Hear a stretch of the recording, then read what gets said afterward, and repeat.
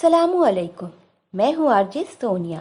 آرجے world میں آپ سبھی دیکھنے اور سننے والوں کو خوش آمدید۔ اگر آپ نے ابھی تک ہمارے چینل کو سبسکرائب نہیں کیا تو ابھی سبسکرائب کریں۔ اس کا تعلق بھی میرے گاؤں سے ہی تھا۔ ہم تیسری جماعت میں ہم جماعت ہو گئے تھے۔ صبح رنگ برنگی تتلیوں کا تعاقب کرتے کرتے ہم اسکول پہنچ جاتے۔ ہماری شامیں جگنوؤں کے ٹھکانوں کی کھوج لگانے میں بسر ہوتی۔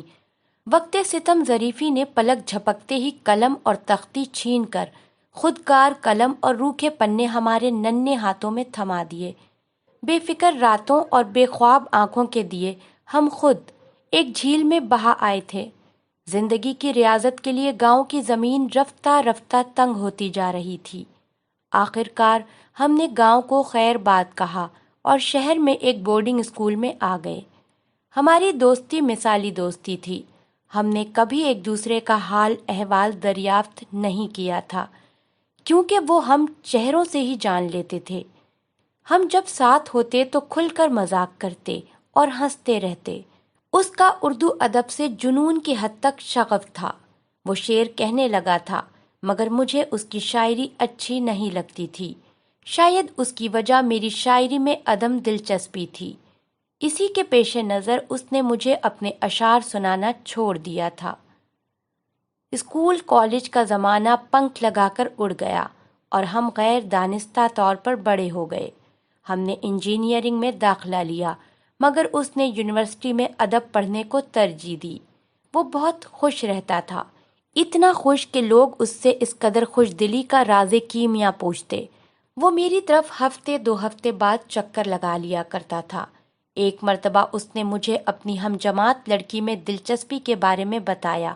اس کے منہ سے لڑکی کا ذکر سن کر مجھے کافی حیرت ہوئی، کیونکہ وہ ہمیشہ لڑکیوں سے دور رہتا تھا۔ ایک ہفتے جب وہ مجھ سے ملنے آیا تو بہت کھویا کھویا لگ رہا تھا۔ میں اس کے چہرے کے خدوخال سے اس کے حالات نہیں بھانپ پا رہا تھا۔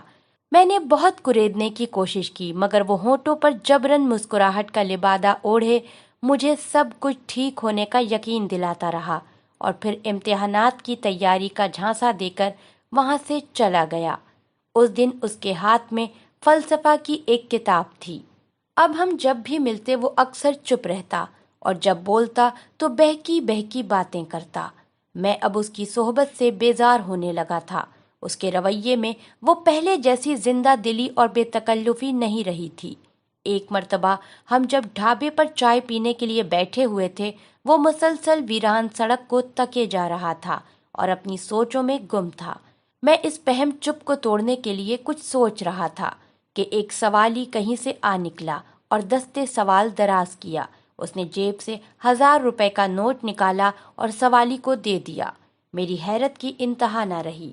میں نے جھنجھلا کر اسے کہا، اسلم، تم پاگل ہو گئے ہو؟ تمہارا دماغ خراب تو نہیں ہو گیا؟ میں غصے میں اپنی کرسی سے کھڑا ہو گیا۔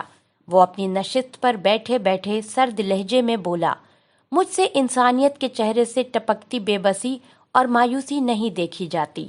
یہ سن کر مجھے اس پر ترس آنے لگا اور میں اس کے نزدیک جا کر کرسی پر بیٹھ گیا اور اس سے پوچھنے لگا، دوست اسلم، خدا کے لیے مجھے بتاؤ تمہیں کیا ہو گیا ہے؟ تمہیں میری قسم۔ مگر اس نے پھر سے چپ سادھ لی۔ میں اس کی آنکھوں میں بے بسی صاف دیکھ پا رہا تھا۔ چائے آدھی چھوڑ کر وہ اٹھ کھڑا ہوا اور چل دیا۔ کچھ قدم چلنے کے بعد وہ مڑا اور میرے پاس آ کر کہنے لگا، کیا تمہیں معلوم ہے آگاہی کسے کہتے ہیں؟ میں اس کے اس سوال سے زیادہ اس کے بھرے ہوئے لہجے پر توجہ دے رہا تھا۔ وہ میری آنکھوں میں نہیں دیکھ پا رہا تھا۔ جانے کیا راز تھا جو وہ مجھ سے چھپا رہا تھا۔ وہ پھر چل پڑا، شاید اس لیے کہ وہ اس سوال کا جواب مجھ سے بہتر جانتا تھا۔ مہینہ گزر گیا مگر وہ مجھ سے ملنے نہ آیا۔ میں بھی اپنے امتحانات میں ایسا الجھا کہ اسے بھول ہی گیا۔ امتحانات جب ختم ہو گئے تو میں اس سے ملنے اس کی یونیورسٹی چلا گیا۔ اس کے چند قریبی دوستوں سے پوچھا تو پتہ چلا کہ اس نے کلاس لینا چھوڑ دیا ہے اور مہینے سے کسی نے اس کو دیکھا تک نہیں۔ میری تشویش کی انتہا نہ رہی۔ میں بھاگتا ہوا اس کے ہاسٹل چلا گیا۔ اس کے کمرے کا دروازہ کھلا ہوا تھا۔ میں بتی جلا کر اندر داخل ہوا تو میرا اوپر کا سانس اوپر اور نیچے کا سانس نیچے رہ گیا۔ اس کا کمرہ کسی وحشت خانے کا منظر پیش کر رہا تھا۔ ہر طرف استعمال شدہ سگریٹوں کے ٹکڑے پڑے تھے۔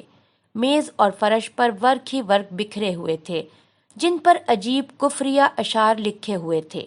اس نے دیواروں پر بھی شعر ہی شعر لکھ رکھے تھے۔